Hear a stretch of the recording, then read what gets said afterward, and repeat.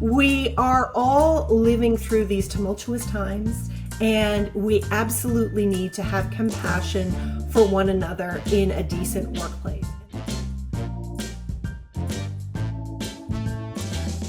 Let's talk about decent work. This is a high five for creative entrepreneurs and arts leaders, and I am so happy to have Kate Cornell with me today. Kate is principal consultant with Purposeful and an independent consultant on government relations, project management, and all sorts of other very cool things. And today she's going to share with us her thoughts about decent work. Welcome, Kate. Thanks so much, Heather. I'm really happy to be here. Thank you. Thank you. So what is the first thing that you'd like to share with people about decent work? Well, I have been reflecting on decent work for many years now, and I was working with the small startup After Me Too, which is a platform for survivors of workplace sexual harassment. And I had the privilege of getting some incredible training. So I want to share with you 5 really important learnings on decent work.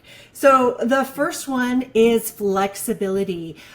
We have a huge problem in the charitable sector, and especially in the arts sector, with retention. And it is absolutely essential that we create those workplaces that are compassionate and that are flexible. And sometimes that means allowing for your workers to drop off their kids and pick up their kids from daycare. And sometimes that means work from home. And sometimes that means the 4-day work week. And we're seeing in different workplaces how that is transpiring and developing. And there are some really great best practices out there.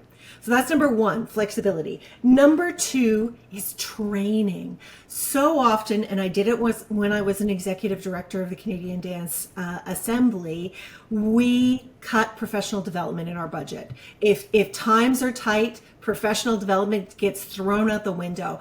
And I'm here to tell you, please don't do that. Training is absolutely pivotal for retaining your workers. It's absolutely essential for moving your organization forward. And even as a consultant, training is what keeps us motivated and what keeps us engaged in innovation and in just keeping our sector on the edge. And so I would really encourage training in cultural competency, in anti-bias and anti-oppression. I would encourage training in trauma-informed approaches as well. Number 3, I want to talk about health benefits. I have heard from so many executive directors across the arts sector, I can't afford health benefits. I can't do it. And so we're not going to offer it to our full-time employees, let alone our part-time employees. And there is a hack of the insurance industry that I want everybody to know about, and it is called the health spending account.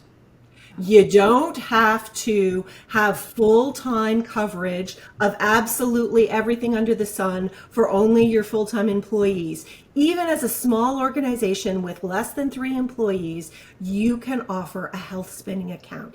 And it is compassionate, it is the right thing to do, especially for our equity-seeking workers, for our workers who are part-time doing many different gigs. It is absolutely a game changer in how you treat your employees and how you value their mental health. So that was number 3. Number 4 is, of course, the dreaded salary, the actual monetary amount that you pay in a decent work environment. The living wage here in Toronto is maybe about $25 an hour, $26 an hour.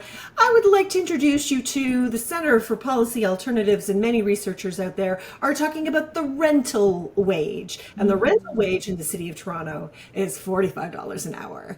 And I want you to think of, for those leaders of organizations, do you want your employees to have their own apartment? Do you want your employees to be able to live in the GTA area? There is so much advantage to looking at the importance of retaining your employees, of not losing them every 6 months and being in a constant hiring cycle, and actually paying them a wage that is equal to the cost of rent in this lovely, enormously expensive city.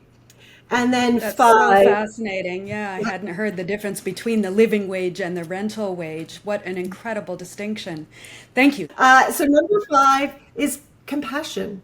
We Yeah. are all living through these tumultuous times, and we absolutely need to have compassion for one another in a decent workplace. And that can mean walking someone to their car. It can mean being understanding about deadlines. There are so many ways that we can be more compassionate leaders and more compassionate co-workers within the sector. Again, I'm going to say trauma-informed training changed the way that I work in the charitable sector.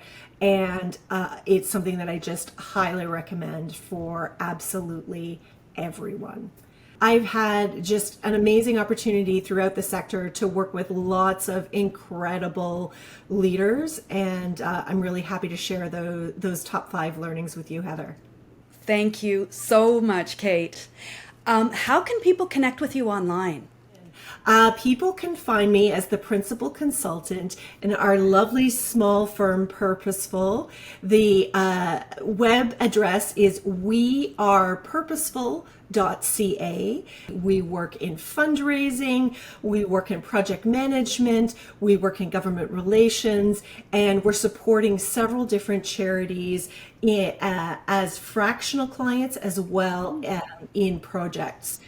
And I also just wanted to highlight for people who want to know more about the decent work movement. Ontario Not-for-Profit Network is the absolute leader, not just in Ontario, but in the rest of the country as well, in decent work. They have a whole section to their website that is focused on decent work and has checklists and really, really great resources. I would highly encourage employers in the sector to go to ONN and check out those free resources. Thank you so much. Great, great resources and direction for people.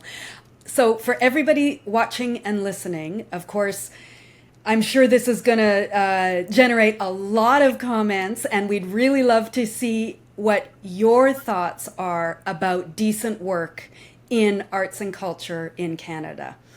Thank you so much for joining us for an episode of High Five. Come back next week. We'll have another guest and a new conversation for you. See you then.